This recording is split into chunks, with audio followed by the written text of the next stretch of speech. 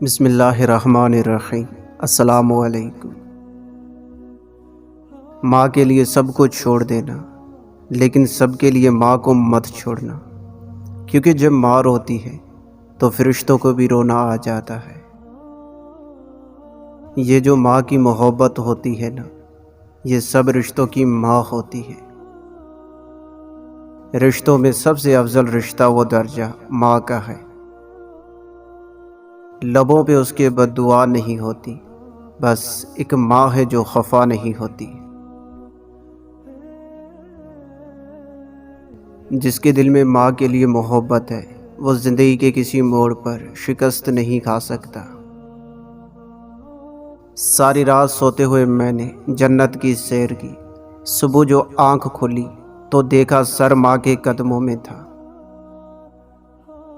زندگی کے سفر میں، گردشوں کی دھوپ میں جب کوئی سایہ نہیں ملتا تو یاد آتی ہے ماں۔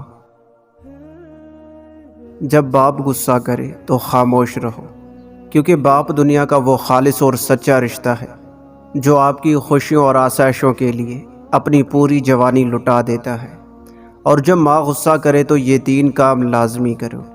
نمبر 1، جب ماں غصہ کرے تو کبھی آگے سے جواب مت دو۔ اگر تم بڑے ہو گھر میں تو تم اگر اپنی ماں کا غصہ برداشت کر جاتے ہو تو گھر کے باقی رشتے بھی تمہیں دیکھ کر اسی راستے پر چلیں گے۔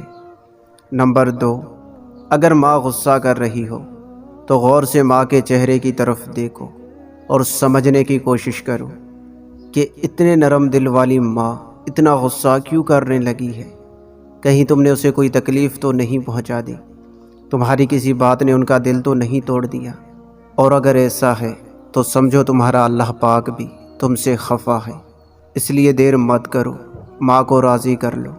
کہتے ہیں غصہ آدھا بڑھاپا ہے، انہیں اور زیادہ بڑا مت ہونے دو۔ تمہیں بڑا کرتے کرتے پہلے ہی وہ بہت بڑی ہو چکی ہے۔ نمبر 3، جب ماں غصہ کرے تو آگے سے جواب مت دو، بلکہ خاموش رہو اور وجہ جاننے کی کوشش کرو۔ اگر وہ بیمار ہے تو ڈاکٹر کے پاس لے کر جاؤ۔ اگر انہیں کچھ چاہیے تو انہیں لا کر دو۔